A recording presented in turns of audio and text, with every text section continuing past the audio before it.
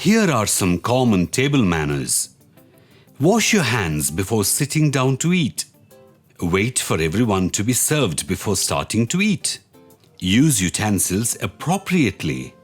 Forks are typically used for solid foods, while spoons are used for soups and other liquids.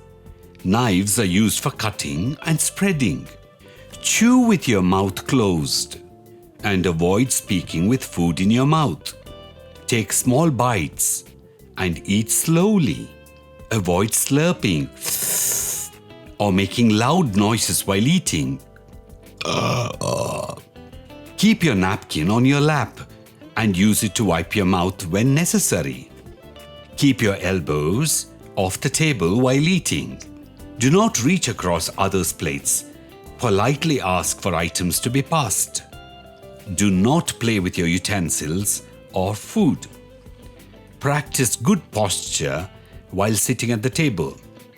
Avoid using your mobile phone or other electronic devices during the meal. If you need to leave the table during the meal, excuse yourself politely. Wait for the host or the eldest person to start eating before you begin.